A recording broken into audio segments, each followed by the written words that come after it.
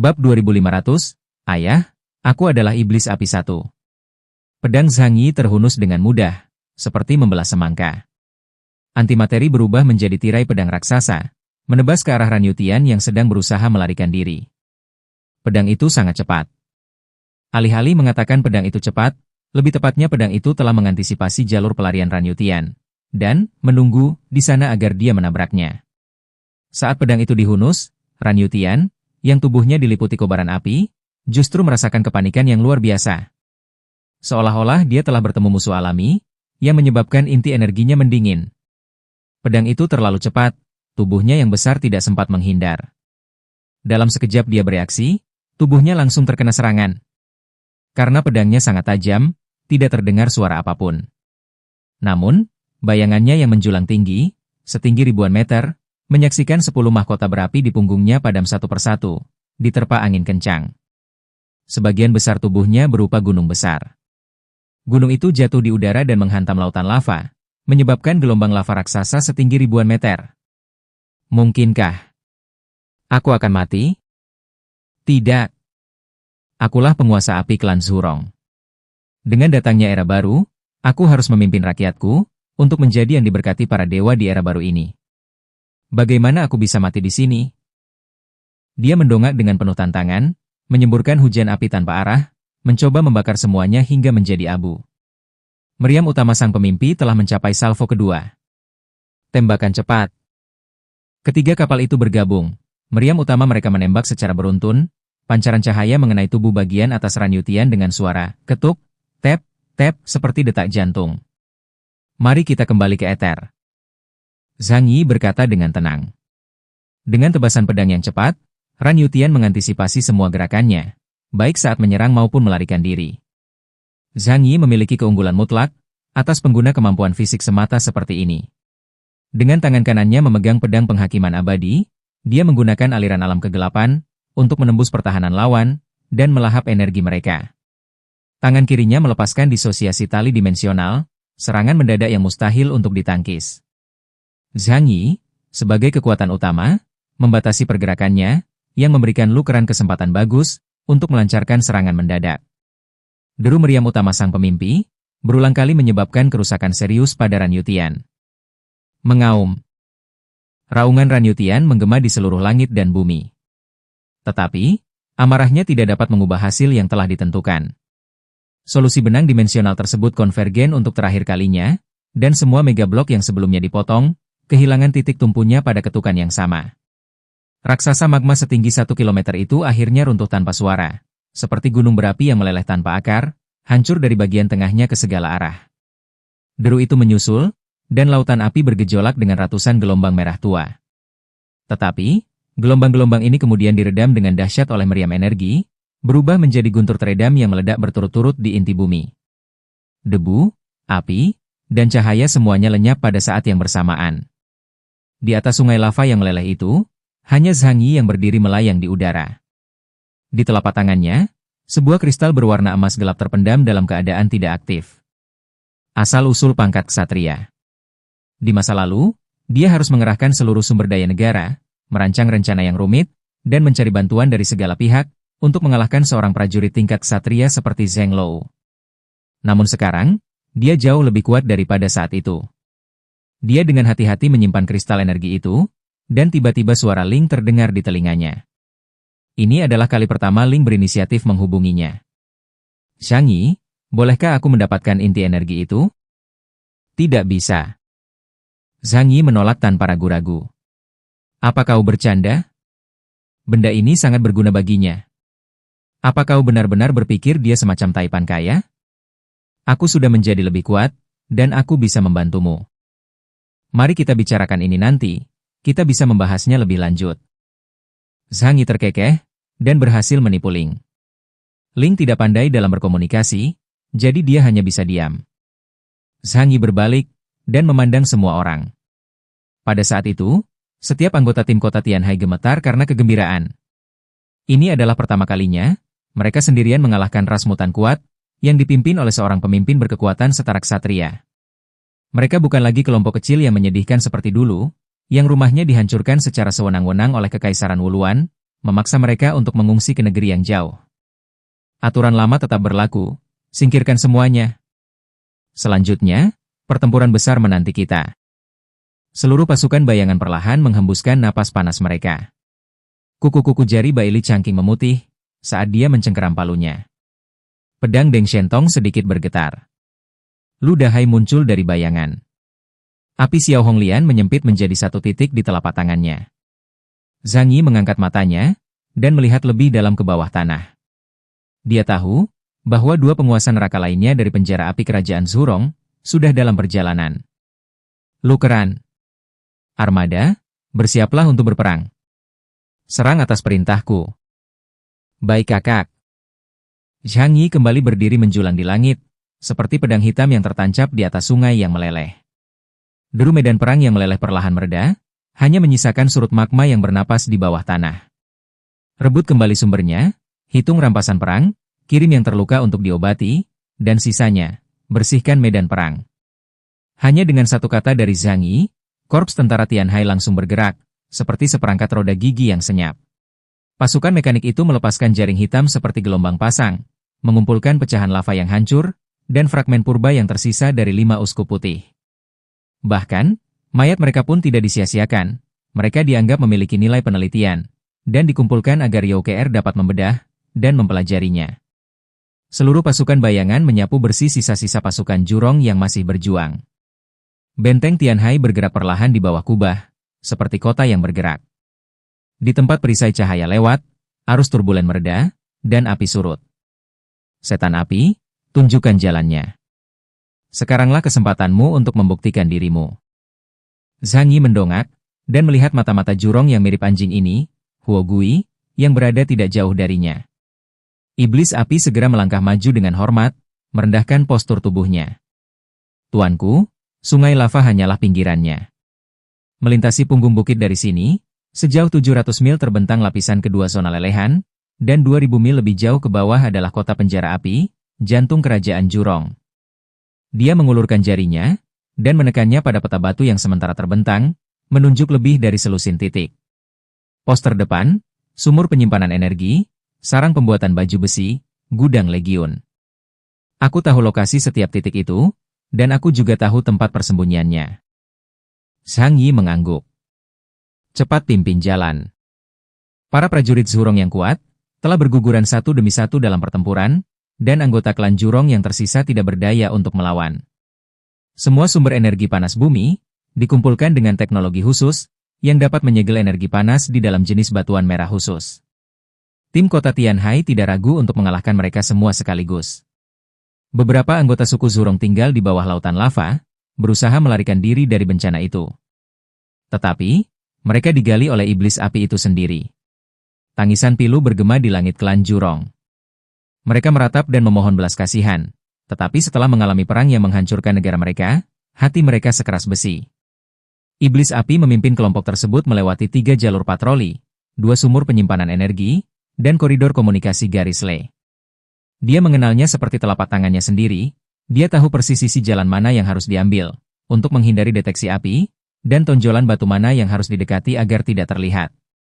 Setelah melewati sebuah gua yang sempit dan panjang, pemandangan tiba-tiba terbuka, dan dia menemukan tempat perlindungan klan Jurong. Dasar orang-orang rendahan sialan ini, mereka benar-benar berpikir mereka bisa bersembunyi. Hah? Apa mereka benar-benar berpikir, aku tidak akan bisa menemukan mereka? Iblis api mendengus dingin, dan memimpin timnya langsung masuk ke tempat itu. Bab 2501. Ayah, aku adalah Iblis Api 2. Di sudut kerumunan di tempat penampungan klan Zhurong, seorang pria tua bermata cekung, dan mengenakan selendang yang terbalut pasir cair bergegas mendekat. Salam, tuan dari ras asing. Kami semua adalah warga negara yang taat hukum. Mata lelaki tua itu memancarkan rasa takut, kelelahan, dan sedikit rasa familiar. Ketika hantu api itu melihat lelaki tua itu, dia segera mendekat dan berkata, "Ayah, akulah hantu api." Mata lelaki tua itu menatap wajah iblis api itu sejenak, lalu tiba-tiba bersinar, seperti percikan api yang muncul dari abu. "Setan api?" Suara lelaki tua itu serak, dan bersemangat. "Kau setan api. Kukira kau berasal dari ras lain." Pernyataan sederhana ini, bagaikan kerikil panas yang jatuh ke jantung iblis yang berapi-api. Ayah, iblis api tertawa. Aku sudah lama berasal dari ras yang berbeda. Pria tua itu terkejut, tangannya gemetar, dan akhirnya dia menyadari apa yang telah dilakukan putranya. Bangsa asing itu baik, mereka membawa kemuliaan bagi leluhur kita. Zhang Yi cukup perhatian. Dia menampung lelaki tua itu, dan membawanya kembali untuk mempelajari sampel genetiknya. Namun, iblis api itu tidak menunjukkan belas kasihan kepada yang lain, dia membunuh pemimpin mereka dengan satu hembusan api. Kesetiaannya sungguh menyentuh hati. Operasi pembersihan berjalan dengan lancar.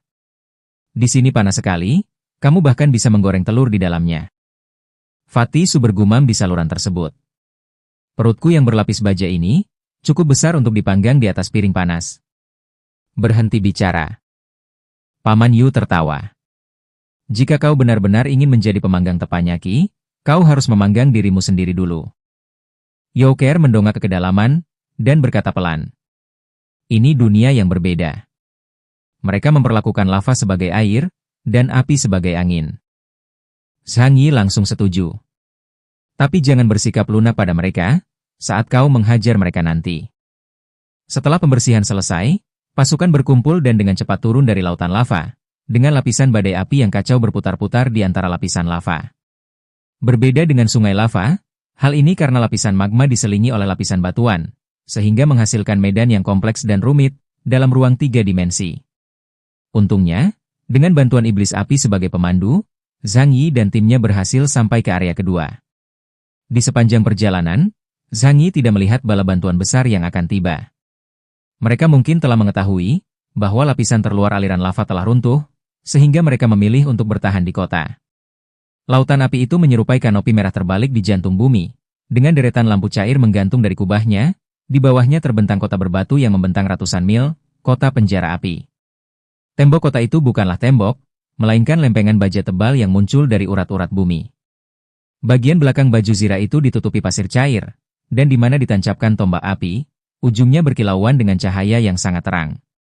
Kota itu dipenuhi menara-menara lelehan, yang seperti pipa api vertikal, menghantarkan panas ke segala arah. Dataran di depan kota itu dipenuhi jurang-jurang yang terbentuk oleh lava cair, dan di antara jurang-jurang itu, berdiri barisan rapi pasukan jurong, tombak, perisai raksasa, penyembur api, dan platform panah otomatis dari lava cair, dengan gelombang panas yang bergulir, dan bendera yang berkibar seperti api. Mereka tampak seperti suku primitif, tetapi penggunaan energi panas lava oleh mereka cukup menarik. Di dalamnya terdapat sentuhan teknologi, yang mengingatkan pada gerakan penguatan diri, di mana feodalisme dicampur dengan sedikit ilmu pengetahuan. Mereka telah menunggu lama. Udara dipenuhi dengan niat membunuh, dan setiap prajurit Zurong tampak seperti akan mati. Mereka sedang menunggu kedatangan pasukan rakyat darat, tetapi Zhang Yi tetap menyembunyikan semua orang di tubuhnya, dan datang sendirian, tanpa terdeteksi. Melihat pasukan bersenjata lengkap di depannya, Zhang Yi tahu bahwa menerobos kota Yanyu akan jauh lebih sulit daripada menyerang sungai Molten. Mereka memiliki keuntungan berupa serangan mendadak, dan sungai lava, sebagai daerah terpencil, secara militer lebih lemah daripada kota penjara berapi.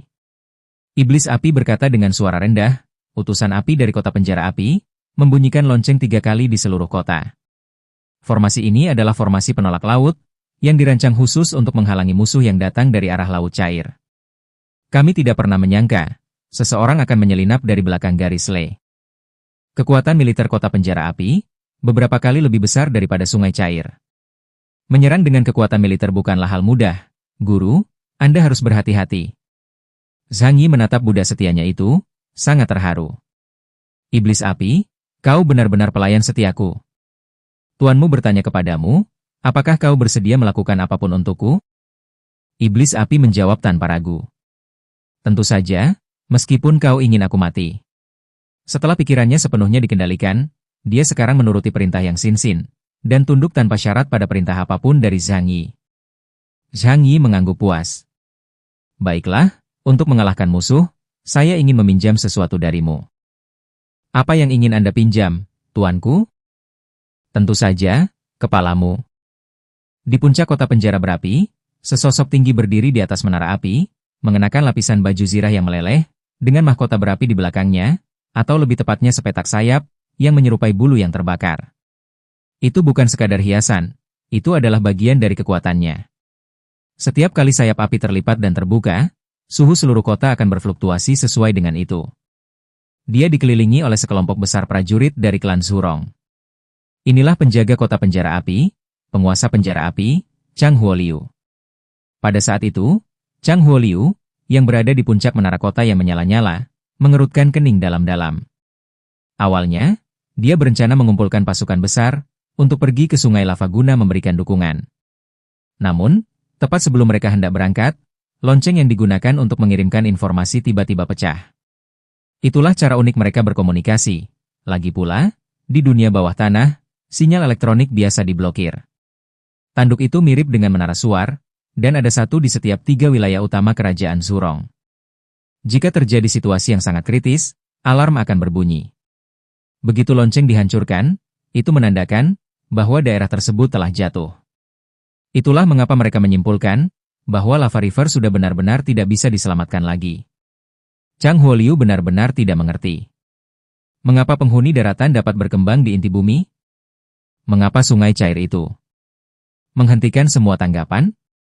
Mungkinkah para penghuni daratan benar-benar sekuat itu, mampu menghancurkan seluruh wilayah sungai lava, hanya dalam beberapa puluh menit? Chang Huoliu menganggap hal ini sulit dipercaya, dan menolak untuk mempercayainya. Jika itu benar, itu akan menjadi sangat menakutkan.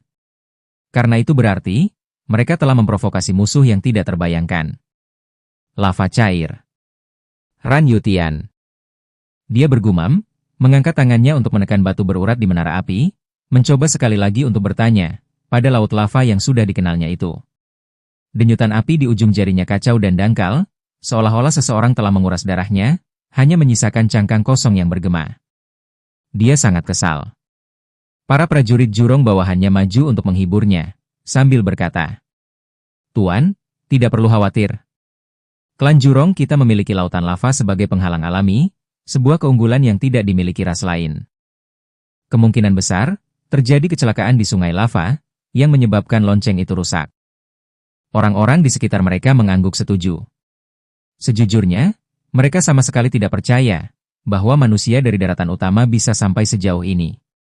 Bahkan bagi mereka, jika mereka pergi dari sini, mereka tidak akan bisa menemukan jalan kembali tanpa pemandu.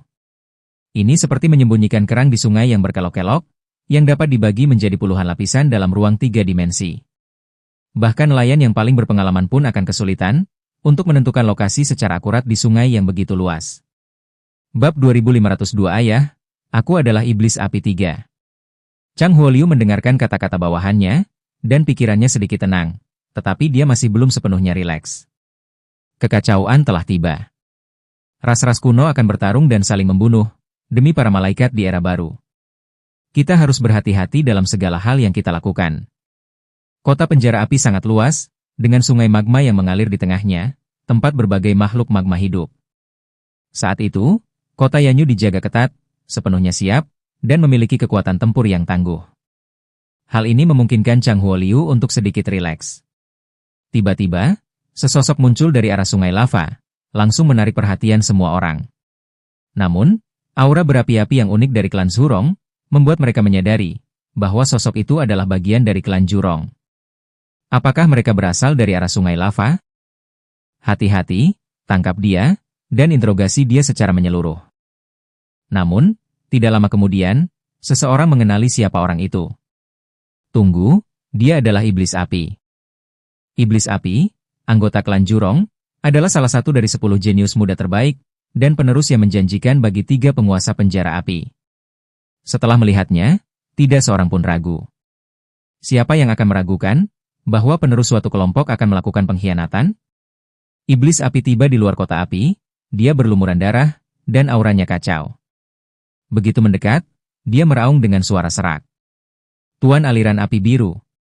Manusia di darat telah melancarkan invasi besar-besaran, dan sungai lava akan segera runtuh. Mohon kirim pasukan untuk mendukung kami sesegera mungkin.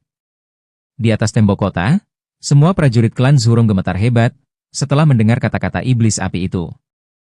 Manusia darah sekuat itu? Mustahil. Kami sudah menyelidiki sebelumnya, dan mereka dengan mudah dikalahkan oleh manusia kadal generasi kelima. Para manusia kadal itu tidak sekuat itu, dan penduduk darat sangat lemah. Bagaimana mungkin mereka bisa mengalahkan pasukan di wilayah sungai lava? Iblis api terhuyung-huyung mendekat, dan tidak ada yang menghentikannya, membiarkannya langsung menuju aliran api biru. Iblis api berlutut tepat di depan aliran api biru, merangkak maju dengan lututnya. Tuan aliran api biru, kirim pasukan untuk menyelamatkan sungai lava sesegera mungkin. Jika tidak, sungai lava benar-benar akan binasa. Suara iblis api itu melengking, dan dipenuhi isak tangis yang penuh kecemasan, dan ekspresinya membuat semua orang di sekitarnya merasa tersentuh. Chang Huoliu menyipitkan matanya. Iblis api, apa sebenarnya yang terjadi di sungai lava? Kau harus menjelaskannya dengan jelas. Bawahanmu patuh. Hantu api mendongak, ekspresinya sedih dan cemas. Tetapi, ada emosi aneh terlintas di matanya. Serangan penduduk permukaan sangat besar, dan kekuatan mereka jauh lebih besar dari yang kita bayangkan. Karena saya diperintahkan untuk memimpin pasukan elit, untuk menjelajahi wilayah darat tersebut, kami telah memusnahkan manusia di beberapa kota mereka, dan kemudian kami diburu. Beberapa jenderal di tembok kota segera mengepungnya. Di manakah Tuan Ranyutian dari sungai lava? Mengapa klaksonnya tidak berbunyi? Apa sebenarnya yang terjadi? Iblis api menarik napas dalam-dalam, suaranya bergetar. Tuan Ranyutian mempertaruhkan nyawanya, untuk memberiku kesempatan ini, hanya agar aku bisa datang, dan menyampaikan pesan ini. Tuanku, Anda harus mengirim pasukan untuk mendukung mereka. Jika terjadi lebih lambat lagi, Tuan Ranyutian mungkin. Dia mungkin akan tewas dalam pertempuran. Keheningan mencekam menyelimuti sekelilingnya. Api di menara pengawasan kebakaran itu tampak seperti sedang tercekik, bahkan denyut nadinya pun melambat sesaat. Kuku-kuku jari Chang Huoliu memutih, dan api di telapak tangannya menyembur keluar, lalu masuk kembali. Apa yang kau bicarakan? Aku menyaksikannya dengan mata kepala sendiri. Hantu api menundukkan kepalanya. Tuan Ranyutian bertempur sampai mati, lampu jantung lautan cair padam, dan legiun sungai lava cair. Hanya kurang dari 1/10 yang selamat. Tidak mungkin. Seorang prajurit meraung, membentangkan sayapnya yang berapi-api, dan angin serta api menggoreskan alur-alur di bebatuan di kakinya. Siapakah dia? Siapa yang mampu melawan penguasa neraka yang berapi-api, di jantung dunia ini? Katakan padaku. Mereka lahir dan dibesarkan di sini, dan kekuatan tempur mereka akan sangat berkurang, jika mereka meninggalkan inti bumi. Namun di sini, mereka adalah kesayangan langit dan bumi, dan kekuatan tempur mereka bahkan lebih besar. Bagaimana mungkin kita bisa kalah dari mereka di darat? Penduduk permukaan. Iblis api mengangkat matanya, cahaya kompleks berkilat di dalamnya. Mereka bukanlah orang-orang lemah, seperti yang kita kira. Para pendekar mereka. Dia sekuat dewa. Untuk sesaat, ada rasa terkejut melintas di mata Chang Huoliu. Tetapi, dia dengan cepat menenangkan diri, dan menekan keterkejutannya di dalam hatinya. Ceritakan semua yang kau lihat. Iblis api mengangguk, merangkak setengah langkah lebih dekat, dan sampai di kaki aliran api biru. Dengarkan aku, inilah yang terjadi. Katanya, sambil melangkah lebih dekat lagi. Tuan Chang Huoliu, sungai Molten akan segera binasa, dan kota penjara api juga akan menghadapi krisis. Iblis api merendahkan suaranya. Bawahan Anda bersedia memimpin 3 pasukan, untuk memutus laju musuh. Perhatian Chang Huoliu kembali tertuju padanya, tatapannya tajam seperti pisau. Apa yang akan kau lakukan? Setan api itu tersenyum, senyum yang tidak mengandung kegembiraan, hanya tekad untuk mati. Pada saat itu juga, Zhang Yi menoleh ke samping di bawah bayangan kubah yang jauh, dan melirik hantu api. Sebelum berangkat, dia menyerahkan sebuah jarum suntik kecil kepada iblis api. Senyawa nomor 15, stimulan kelas atas pasukan Tianhai. Ini dapat melepaskan semua potensimu, dan meningkatkan kekuatanmu secara instan. Kekurangannya adalah, kau akan mati. Tanpa ragu-ragu, iblis api itu menerima jarum suntik tersebut, sambil berkata, "Jika tuanku menginginkan aku menjadi pedang, aku akan menjadi pedang. Jika pedang ini tidak dapat menembus pertahanan, aku akan menjadi petir, dan binasa bersama musuh." Zhang Yi mengangguk. Sangat bagus. Kini, guntur itu telah bergemuruh. Iblis api tiba-tiba mengangkat tangannya, dan cahaya merah tua di ujung jarinya meledak, menjadi bunga putih yang menyilaukan. Dia seperti lembing yang menyala, menembus sayap api di dada Chang Huoliu. Zat perangsang tingkat militer di dalam tubuhnya meledak, dengan efek yang dahsyat pada saat itu juga, membangkitkan hidup dan potensinya. Kehidupan dan kekuatan super mengalir bersamaan, seperti dua arus deras, menerobos kobaran api dingin yang melindungi tubuh dengan pengorbanan diri, dan menghantam dengan dahsyat ke tengah pelindung dada Chang Huoliu. Saat ini, Chang Huoliu diliputi keresahan, mempertimbangkan apakah akan mendukung Rong He, dan apakah dia masih mampu melindungi peradaban klan Zhurong di tengah krisis besar seperti ini. Oleh karena itu, ketika iblis api di depannya tiba-tiba menyerang, dia sama sekali tidak siap. Jarak antara keduanya kurang dari 10 meter, yang praktis tidak ada artinya bagi seorang manusia super setingkat uskup putih, yang sedang membakar potensi hidupnya. Oleh karena itu, suhu ekstrim meningkat, dan kobaran api putih yang menyala-nyala langsung menghantam dada Chang Huoliu. Ledakan. Menara kota itu bergemuruh, seperti guntur yang menghantam inti bumi. Sebuah luka hitam menganga di sayap berapi di dada Chang Huoliu, dan api dingin terbuka di sepanjang garis tersebut. Sosok iblis api itu berubah, menjadi cahaya putih menyilaukan, di dalamnya tergeletak tulang-tulang yang hancur, darah yang menguap, dan nyawa yang terbakar menjadi abu. Satu pukulan itu melenyapkan semua yang dimilikinya. Dia berubah menjadi abu, tanpa meninggalkan apapun. Chang Huoliu mengerang, dan mundur setengah langkah, bebatuan di bawah lututnya berkerut, membentuk beberapa jurang yang dalam. Dia menunduk, pelindung dadanya penyok di tengah, pembuluh darah api yang melindungi jantungnya terganggu sesaat, dan napasnya tersengal-sengal seolah tersangkut sesuatu, sehingga dia tidak bisa bernapas. Untuk pertama kalinya, keterkejutan yang sesungguhnya terlihat di matanya. Keterkejutan bercampur dengan kemarahan yang luar biasa. Dia benar-benar telah ditusuk oleh bangsanya sendiri, dengan mengorbankan nyawa mereka. Dia tidak pernah menyangka akan terluka parah, dalam pertempuran jarak dekat oleh bangsanya sendiri di kota Yanyu. Yang lebih di luar dugaan lagi, pihak lawan menggunakan metode yang begitu murni, dan hampir biadab,